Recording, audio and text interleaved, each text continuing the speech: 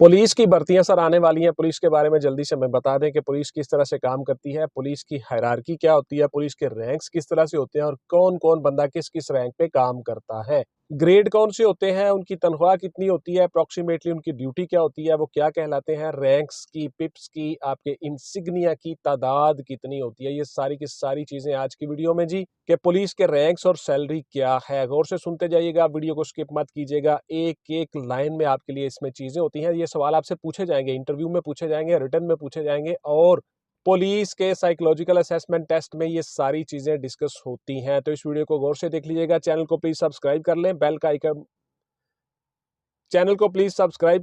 Bell का icon दबा के ऑल पे जरूर क्लिक किया करें। आप कहीं बिजी हो तो आपको नोटिफिकेशन आ चुका हो और आप बाद में भी वो वीडियो देख लें, आपका टाइम जाया ना हो। Thank you very much. तो देखिए, सबसे पहले पुलिस का जो रैंक होता है वो होता है कांस्टेबल, जवान जिसको हम कहते हैं कांस्टेबल। उसका ग्रेड 7 होता है। उसकी तनख्वाह अप्रोक्सीमेटली 35K से शुरू होती है। अच्छा, ये तनख्वाह वेरी करती है जी। अगर यही बंदा कैपिटल में होगा तो कैपिटल अलाउंस ज्यादा लगने से तनख्वाह उसकी 40K से अबव हो सकती है। इसी तरह से स्टार्टिंग तनख्वाह इतनी होती है, अगर फर्ज किया वो कांस्टेबल FA है, MA है, BA है, तो उसके साथ साथ उसकी और इंक्रीमेंट्स लग जाएंगी, ग्रेजुएटी उसको ज्यादा मिलेगी। तो इसी लिहाज से उसकी तनख्वाह कम या थोड़ी हो सकती है। ये मैं अप्रोक्सीमेटली आपको बता रहा होता हूँ उस रैंक पे इनिशियल पे जो उसकी होती है। उसके बाद जी जो A, B और C लिस्टें होती हैं, डिपार्टमेंट के एक प्रमोशन एग्जाम होता है, ABC लिस्टें। ABC लिस्टें क्वालिफाई करके C1 का जो हेड कांस्टेबल हो जाता है, उसकी तनख्वाह थोड़ी सी ज्यादा हो जाती है, 8 से 10 हज़ार रुपया उसकी तनख्वाह ज्यादा हो जाती है।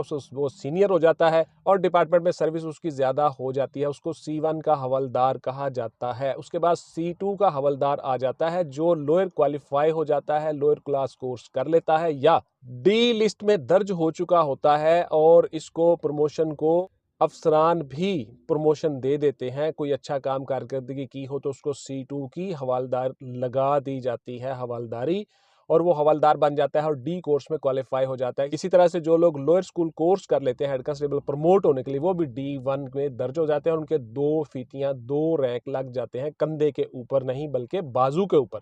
उसके बाद जब lower qualified head constables confirm हो जाते हैं, उनको प्रमोशन मिल जाती है, तो उनकी 3 फीतियां बन जाती हैं, 3 उनके स्टेप बन जाते हैं बाजू के ऊपर।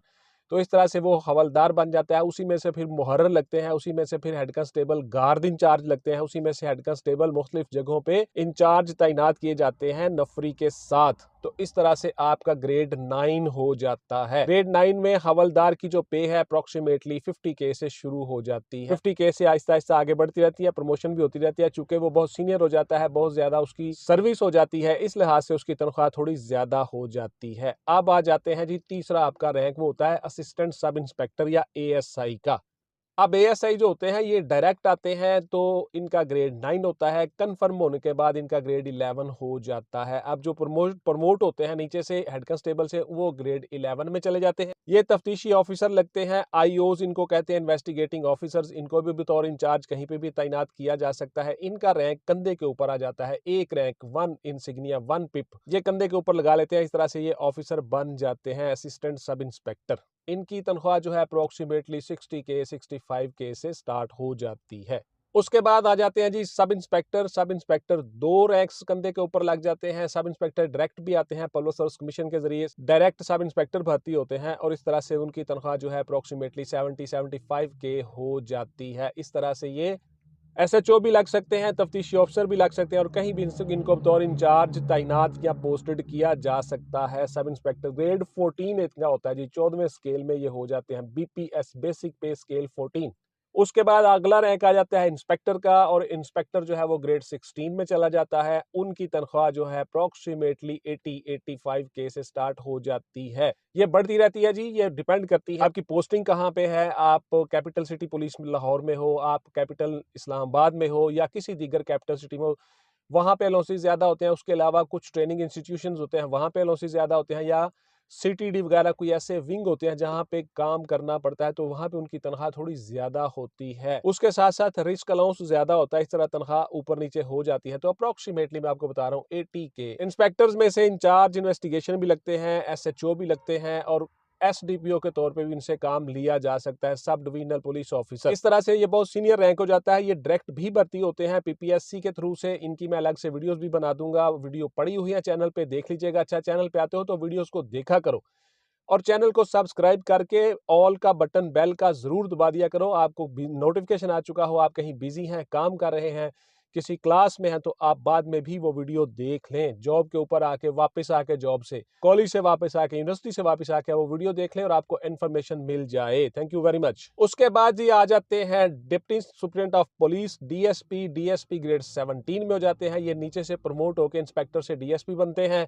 इनको फिर घर और गाड़ी एंटाइटलमेंट पे आ जाती है और इस तरह से इनकी तनख्वाह जो है 1K से 150K के दरमियान में एडजस्ट होती है। स्टार्ट में इनको एग्जेक्टिव अलाउंस भी मिलता है, इस तरह से इनकी तनख्वाह थोड़ी ज्यादा हो जाती है। अप्रोक्सीमेटली 150 से 175 या 2K तक इनकी तनख्वाह चली जाती है। बहुत बड़ा रैंक होता है। सर्कल ऑफिसर या सब डिविजनल पुलिस ऑफिसर के तौर पे काम करते हैं। इनके अंडर 2 या 3 या 4 थाने हो सकते हैं जिनके ये हेड होते हैं और इस तरह से इनको दीगर ड्यूटियां भी इनसे ली जा सकती हैं। पूरी की पूरी तहसील के ऑफिसर होते हैं। इस तरह से DSP प्रमोट हो जाते हैं। और अच्छा, ये डायरेक्ट भी आते हैं ASP, वो भी ग्रेड 17 में होते हैं, लेकिन वो फेडरल पब्लिक सर्विस कमीशन के जरिए से डायरेक्ट आते हैं CSS करके। तो उनकी तनख्वाह थोड़ी ज्यादा होती है बिकॉज वो न्यूली अपॉइंटेड होते हैं, न्यूली इंडक्टेड होते हैं डिपार्टमेंट में। तो जो DSP होते हैं ये चूंकि पुराने होते हैं, इनकी तनख्वाह ज्यादा होती है, सर्विस ज्यादा होती है। ग्रेड दोनों का सेम होता है 17 BPS और CSS का सर्विस स्ट्रक्चर और है और प्रमोशन का स्ट्रक्चर और है। प्रमोट जो होके लोग नीचे से आते हैं उनका सर्विस स्ट्रक्चर और है। इस तरह से ये ग्रेड 17 में 2 ऑफिसर होते हैं। इसमें मैं डिटेल से वीडियो बना चुका हूँ।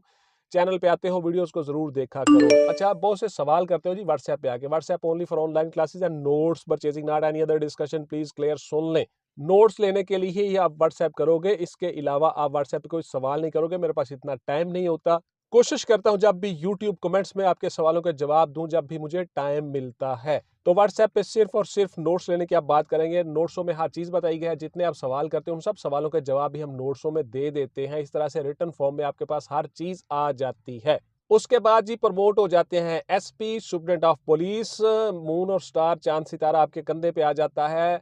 ग्रेड 18 में आ जाते हो, बहुत बड़ा रैंक हो जाता है। इस तरह से आप पूरे के पूरे डिस्ट्रिक्ट को हेड कर सकते हो, पूरी डिवीजन को हेड कर सकते हो। जैसे लाहौर में कैंट डिवीजन में इंचार्ज SP होंगे, additional SP cantt division, additional SP Iqbal town division, additional SP city division, additional SP model town division, etcetera. तो इसी तरह से अगर डिस्ट्रिक्ट में लगे हो तो ये डिस्ट्रिक्ट पुलिस ऑफिसर भी हो सकते हैं, SP हेडक्वार्टर भी हो सकते हैं, SP इन्वेस्टिगेशन भी हो सकते हैं। ग्रेड 18 तनख्वाह आपकी अप्रोक्सीमेटली 2K से 250K 275K के दरमियान में होती है। अच्छी तनख्वाह और पे स्केल आपका बन जाता है। इस तरह से आप पुलिस में बतौर सुपरडेंट काम करते हो। इंसिग्निया आपका मून और स्टार होता है आपके कंधे पे। उसके बाद आप हो जाते हो सीनियर SSP। एक रैंक पीछे आ जाता है पिप और A आगे चांद सितारा। इस तरह से आप सीनियर SP हो जाते हो। कंफर्म जब SSP हो जाते हो, ग्रेड 19 में मूव कर जाते हो, तो आपको 2 इंसिग्निया पीछे आ जाते हैं और एक आगे मून और स्टार। इस तरह से आपका पुलिस पीछे से हट जाता है। PSP जो होता है, पुलिस सर्विसेज ऑफ पाकिस्तान, वो खत्म हो जाता है। अब आप किसी भी डिपार्टमेंट में ग्रेड 19 में अपनी खिदमत सर अंजाम दे सकते हो, पुलिस डिपार्टमेंट में या दीगर किसी डिपार्टमेंट में। इस तरह से आप ग्रेड 19 में आ जाते हो। तो इसके इंसिग्निया 2 पीछे इंसिग्निया होंगे, 2 स्टार होंगे पीछे और एक आगे चांद और सितारा होगा। इस तरह से आप SSP बन जाते हो। आपकी अप्रोक्सीमेटली तनख्वाह 30 से 35K के दरमियान में होती है। उसके बाद जी आप deputy inspector general of police बन जाते हो। ग्रेड 20 में आ जाते हो। आपकी तनख्वाह अच्छी हो जाती है, 4 से 450K के दरमियान में। अच्छी तनख्वाह और पे स्केल आपका बन जाता है। आपको घर गाड़ी हर चीज जाहिर है आपकी एंटाइटलमेंट पे होती है। बहुत सीनियर रैंक होता है। आप रीजनल पुलिस ऑफिसर बन जाते हो। आप पूरे के पूरे डिपार्टमेंट को हेड करते हो। आप DIG इन्वेस्टिगेशन होते हो, आप DIG ऑपरेशंस होते हो, आप DIG इन्वेस्टिगेशन पंजाब में हो तो पूरे पंजाब को डील करते हो। बहुत बड़ा रैंक, बाख्तियार सीट होती है। इस तरह से आपकी प्रमोशन रैंक्स आहिस्ता आहिस्ता चलते रहते हैं। गौर से सुनते जाइएगा, वीडियो को स्किप मत कीजिएगा। एक एक चीज आपको आज की वीडियो में बता रहा हूँ। अच्छा, DIG साहब का जो कंधे के ऊपर स्टार होते हैं, पीछे 3 स्टार होते हैं, 2 और 1, 2 पीछे 1 आगे और उसके आगे फिर चांद और सितारा। इस तरह से पूरा कंधा भरा होता है, बहुत बड़ा रैंक होता है। तो आप DIG बन जाते हो, deputy inspector general of police, grade 20 में। उसके बाद जी आप बनते हो एडिशनल इंस्पेक्टर जनरल पुलिस।